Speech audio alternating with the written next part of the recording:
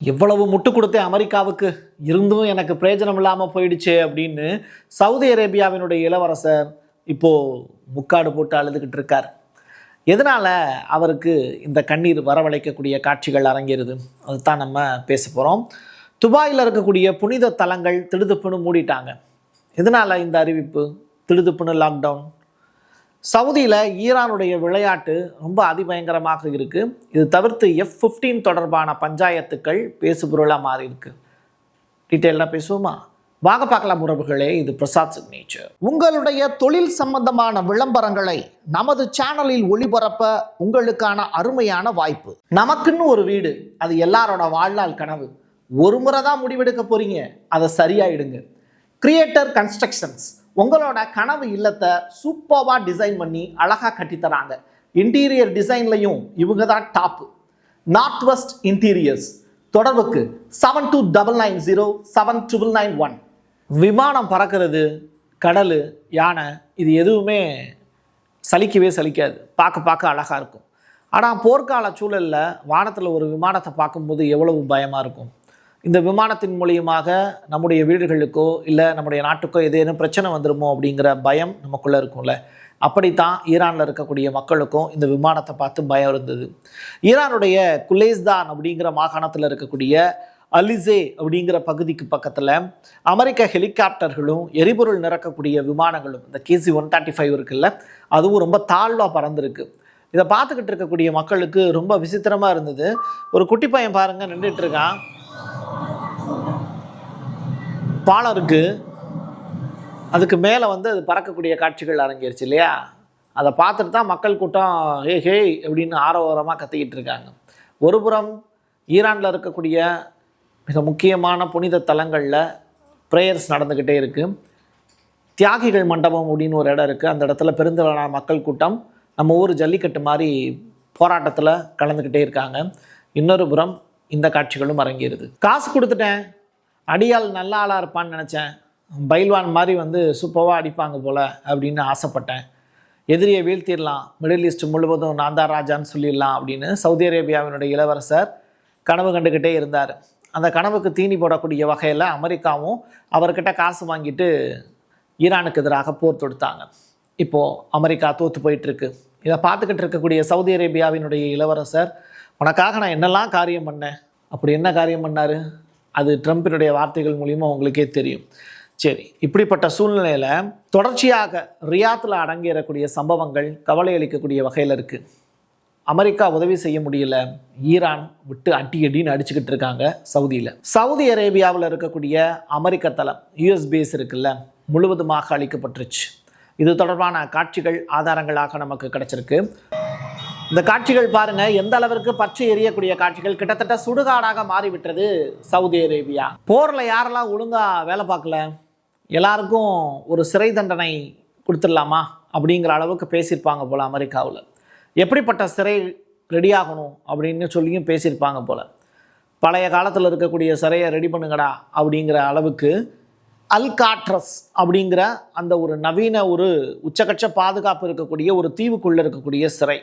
உள்ளே வந்துட்டீங்க அப்படின்னா அந்தமான் சிறை மாதிரி தான், வெளியிலலாம் போக முடியாது. $152 மில்லியன் இப்போ ட்ரம்ப் இதை புதுப்பிக்கிறதுக்காக கேட்டிருக்காரு. கைதிகளுக்கு என்ன பிரம்மாண்டமான அரங்கமாக கட்டி கொடுக்க போகிறாங்க, அதில் சில கோடிகளை ஆட்டை போடுறது தான்.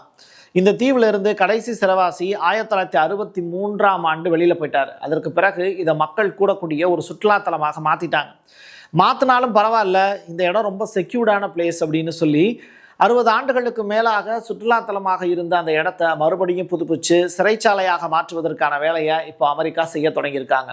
ட்ரம்பினுடைய பீரியடில் ஏகப்பட்ட மாற்றங்கள் நடந்துக்கிட்டே இருக்கணும்னு தான் அவர் ஆசைப்படுறாரு. அப்படிப்பட்ட மாற்றங்களுக்கு சொந்தக்காரராக அவர் வரலாற்றில் இருக்கணும் அப்படிங்கிறதும் அவருடைய பெரிய அவாவாக இருக்குது. இஸ்ரேலில் இருக்கக்கூடிய பீர்ஷெவா அந்த இடம் இருக்குது இல்லையா, அங்கே ஒரு இராணுவ தொழிற்சாலை ஒன்று இருக்குது. இருந்துச்சு, இப்போ இல்லை. ஏன்? அதான் ஈரான் டெஸ்ட்ராய் பண்ணிட்டாங்களே, அப்புறம் எப்படி இருக்கும்? ஸோ அதுதான் இங்கே ஒரு பெரிய அளவிலான சேதத்தை ஈரானிய ஏவுகணை ஏற்படுத்தியிருக்கு அப்படிங்கிற செய்தி. அது என்னப்பா F-15, அது என்ன அவ்வளோ பெரிய வண்டியா, இல்லை எவ்வளோ பெரிய ஹெலிகாப்டரா, அவ்வளோ பெரிய விமானமா, அது என்ன, அதை பற்றி எல்லாரும் பேசிக்கிட்டு இருக்காங்க அப்படிங்கிற கொஸ்டின் நிறையா பேர் கேட்டிருந்தாங்க. அதற்கான பதில் என்ன அப்படின்னா, ஈரான் தன்னுடைய வான்வெளிக்கு மேலே பறந்த அந்த F-15 சுட்டு வீழ்த்திட்டாங்க. ரைட்டா. இப்போது அந்த ஸ்ட்ரைக் ஈகிள் அப்படிங்கிறது இங்கிலாந்தினுடைய RAF லோக்கன்ஹூத் அப்படிங்கிற அந்த தளத்தை சேர்ந்ததும். இப்போது அந்த F-15 அப்படிங்கிறது மணிக்கு எவ்வளவு கிலோமீட்டர் ஸ்பீடில் பறக்கும் அப்படின்னா 1875 மைல் வேகத்தில் அதால் பறக்க முடியும். 23,000 பவுண்ட் எடை இருக்கக்கூடிய குண்டுகளையும் வீச முடியும். இதில் 2 இருக்கைகள் இருக்குது. இப்போ கார்னால் ஒரு 4 இருக்கை 5 இருக்கை அப்படிங்கிற மாதிரி இந்த விமானத்தில் வந்து பறக்கும்போது ஒரு விமானி பின்புறத்தில் வந்து ஒரு ஆயுத அமைப்பு அதிகாரி மொத்தம் 2 பேர் வந்து ட்ராவல் பண்ணலாம். ஒருத்தவங்க மேப் காட்டி சொல்லுவாங்க, இந்த ஃபார்முலா 1 ரேஸ்லாம் இருக்குல்ல அது மாதிரின்னு வச்சுக்கோங்களேன். ஸோ முதல் நாளில் இருந்தே இந்த போரில் முக்கிய பங்காற்றி வருவது இந்த F-15ம் F-35 தான். இதில் இந்த F-15 அப்படிங்கிறது 1998ஆம் ஆண்டு டாலர் மதிப்பீட்டில் ஒரு ஜெட் விமானத்தினுடைய விலை அப்படிங்கிறது $31 மில்லியன். புதிய மாடல்களுக்கு கிட்டத்தட்ட $100 மில்லியன் அளவுக்கு கூட செலவாகும் அப்படின்னு சொல்கிறாங்க. இதுதான் இந்த F-15 பற்றிய முழுமையான தகவல். மாட்டிக்கிட்டீங்களா அப்படின்னு கேட்குற மாதிரி அமெரிக்காவினுடைய விமானிகள் இந்த F-15 போயிட்டு இருக்கும்போது ஈரான் அகச்சிவப்பு கதிர்கள் மூலியமாக அட்டாக் பண்ணி அந்த விமானத்தை வெடிக்க வச்சாங்க. விமானம் வெடித்த அடுத்த செகண்ட்லேயே பேராஷூட் மூலியமாக விமானிகள் தப்பிக்க ட்ரை பண்ணாங்க. இதில் 2 விமானிகள் அரசு செய்யப்பட்டிருக்காங்க ஈரானால். அவங்கள மீட்கிறதுக்கு தான் அமெரிக்கா 48 மணி நேரம் சீஸ்ஃபயர் டீல்லாம் கேட்டாங்க. அதை ஈரான் கொடுக்க முடியாதுன்னு சொல்லிட்டாங்க. இருந்தாலும் இப்போது பீட் ஹெக்செட் அவர் முக்கியமான ஸ்டேட்மெண்ட் ஒன்று சொல்லியிருக்காரு. எங்கள் விமானிகள் ஒருபோதும் கைவிடப்பட மாட்டார்கள். அவங்கள மீட்பதற்கான வேலைகளில் நாங்கள் ஈடுபடுவோம். எங்களை கொல்றதுக்குன்னு சொல்லிட்டு நீங்கள் தீர்மானிச்சிட்டீங்க அப்படின்னா எந்தவித மன்னிப்போ தயக்கமோ இன்றி உங்களை தேடி பிடித்து கொள்வோம் அப்படிங்கிற அந்த அனௌன்ஸ்மெண்ட்டையும் ஈரானுக்கு எதிராக இவர் சொல்லியிருக்கார். முடிஞ்சா வந்து பாருடா அப்படிங்கிற அளவுக்கு தான் ஈரானுடைய அனௌன்ஸ்மெண்ட்டும் இருக்குது. விமானிகளுக்கு இவ்வளவு பெரிய சிரமங்கள் இருக்குது அப்படிங்கிறத புரிஞ்சுக்கிட்டாலும் கூட தொடர்ச்சியாக போர்க்களத்தில் எல்லாரும் பங்கு பெற்றே ஆக வேண்டும். அதில் மாற்று கருத்து இல்லை. யுஎஸ் மிலிட்ரியை சேர்ந்த நபர்களோடு இப்போது ட்ரம்ப் அவர்கள் அப்படியே தேர்த்தி கொண்டு வர்றாரு. ஆனால் அந்த மிலிட்ரி பர்சன்ஸ் யாருக்குமே முகத்தில் சிரிப்பே இல்லை. ஏதோ கடமைக்கு அவர்கிட்ட கை கொடுக்குற மாதிரியான காட்சிகள் தான் அரங்கேறுது. கூடவே வந்து மெலினா அவர்கள் வேற இருக்காங்க. இருந்தாலும் ட்ரம்ப் கிட்ட முகம் கொடுத்து கூட எந்த மிலிட்ரி மேனும் பேசவே இல்லை, சிரிக்கவும் இல்லை. நிறையா பேர் அவர் வரும்போது உட்கார்ந்தான் இருந்தாங்க. ஸோ இப்படிப்பட்ட சுச்சுவேஷன் தான் ஒரு பிரசிடெண்ட்டுக்கு இங்கே அமெரிக்காவில் இருக்குது. தொடர்ச்சியாக மிலிட்ரி பர்சன்ஸ் முதற்கொண்டா ட்ரம்ப்பை மதிக்கிறது இல்லைங்கிறது தான் இதன் மூலியமாக தெரியுது. குவைத்து இந்த நாட்டையும் விட்டு வைக்கல ஈரான். தொடர்ச்சியாக அடின்னு அடிச்சுக்கிட்டு தான் இருக்காங்க. ஒரு ஈரானிய ஆளில்லா விமானம் அமெரிக்காவினுடைய CX-47 அப்படிங்கிற அந்த சின்ன ஹெலிகாப்டர் அதன் மேலே அட்டாக் பண்ணியிருக்காங்க. இதில் அது கடுமையாக சேதாரமாக இருக்குங்கிற தகவல். நான் மாட்டுக்கு ஓரமாக தான் நின்றுட்டேன், என் மேலே வந்து ஏன் அட்டாக் பண்ணுறீங்க அப்படிங்கிற கதையாக தான் அந்த ஹெலிகாப்டர் பாவம் போல் இருக்குது. முன்பக்கத்தில் என்னடா அது பாதி மூஞ்சியை காணா அப்படிங்கிற அளவுக்கு சேதாரம் பயங்கரமாக இருக்குது அந்த ஹெலிகாப்டருக்கு. ஈஸ்டர் வந்துருச்சு. இயேசுவினுடைய பாடுகள், இந்த மனித குலத்திற்காக அவர் செய்திருக்கக்கூடிய நன்மைகள் ஏராளம். அது நினைவு கூறக்கூடிய வகையில் ஈஸ்டர் பண்டிகை அப்படிங்கிறது ஆண்டுதோறும் கொண்டாடப்படுது உலகம் முழுவதும். அப்படி இத்தாலியினுடைய தலைநகர் ரோம் அடிப்படையாக கொண்டு உலகம் முழுவதும் இருக்கக்கூடிய கத்தோலியர்கள் ரொம்ப உற்சாகமாக கொண்டாடுவதற்காக ஞாயிற்றுக்கிழமை திருப்பலியில் பங்கேற்றுக்கணும் அப்படின்னு ஆசைப்படுவாங்க. பட் துபாயினுடைய சுச்சுவேஷன் ரொம்ப பேடாக இருக்குது. இணையவழி ஆராதனைகளுக்கு மட்டும்தான் இப்போ தேவாலயங்கள் ரெடி ஆகிட்டு இருக்குன்னு சொல்கிறாங்க. டைரெக்டாக சர்ச்சை திறந்து அதில் ப்ரேயர் நடத்தக்கூடிய அளவுக்கு இப்போது சுமூகமாக இல்லை அப்படிங்கிற தகவல் கிடச்சிருக்கு. புனித மேரி கத்தோலிக்க தேவாலயம் அண்டு புனித பிரான்சிஸ் ஆஃப் அசிசி கத்தோலிக்க தேவாலயம் உள்ளிட்ட முக்கிய தேவாலயங்கள் எல்லாமே துபாயில் அடைக்கப்பட்டிருக்கு. இதை வந்து இணைய வழியாக ஃபாதர்ஸ் வந்து உள்ளே இருந்து பிரசங்கம் பண்ணுவாங்க, நீங்கள் உங்களுடைய ஃபோனில் அதை வீடியோ கேமரா மூலியமாக பார்த்துக்கலாம் அப்படிங்கிறாங்க. அந்த அளவிற்கு துபாய் வந்து மோசமான ஒரு சுச்சுவேஷனை நோக்கி போயிட்டுருக்கு. எந்த நேரத்திலையும் அட்டாக் நடத்தப்படலாம் அப்படிங்கிற அச்சுறுத்தல் காரணமாக இந்த அடைப்பு அப்படிங்கிறது நடந்தேறி இருக்குது. ஸோ தொடர்ச்சியாக புனித தலங்கள் மட்டுமல்ல, கல்லூரிகள் பள்ளிக்கூடங்களும் அடைக்கப்பட்டிருக்கு. நான் சொன்னேன்ல, அது உண்மைதான். துபாயில் இருக்கக்கூடிய அமெரிக்க பல்கலைக்கழகம் இப்போது ஆன்லைன் வகுப்புகளை மே மாதம் 1ஆம் தேதி 2026 வரைக்கும் நீட்டிச்சிருக்காங்க. தடையற்ற கல்வி அணுகளை உறுதி செய்வதோடு மாணவர்களுடைய பாதுகாப்புக்கு முன்னுரிமை அளிப்பதாக இந்த செய்தி மூலியமாக உறுதிப்படுத்துது பல்கலைக்கழகம். எஜுகேஷன் மஸ்ட் தான், பட் அதை விட உயிர் முக்கியம் இல்லையா?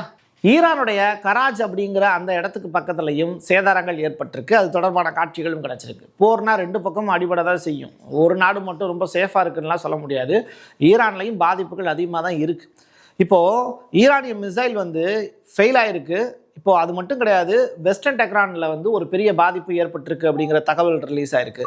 ஃபஸ்ட்டு கராஜ் பகுதியில் ஏற்பட்டிருக்கக்கூடிய பாதிப்பும் ரொம்ப பெரிய அளவிலான பூம் தான். அந்த அளவிற்கு தான் ஒரு அட்டாக் வந்து இரவு நேரத்தில் நடத்தியிருக்காங்க. இரவு நேரத்தில் மட்டும்தான் அட்டாக் நடத்தியிருக்காங்களா அப்படின்னு கேட்டால் பகல் நேரத்துலையும் இஸ்ரேலுடைய ஆயுதங்கள் இங்கே டைரெக்டாக வந்து விழக்கூடிய காட்சிகள் அரங்கிருது.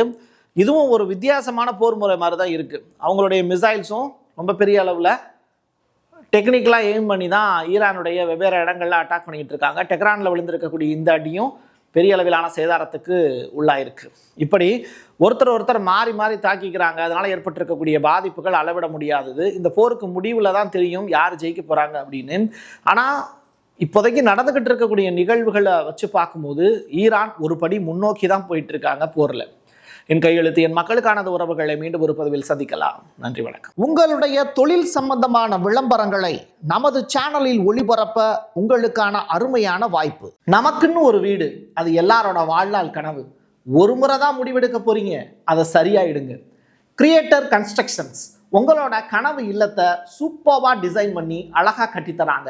இன்டீரியர் டிசைன்லையும் இவங்க தான் டாப். North west interiors. தொடர்புக்கு 72907991.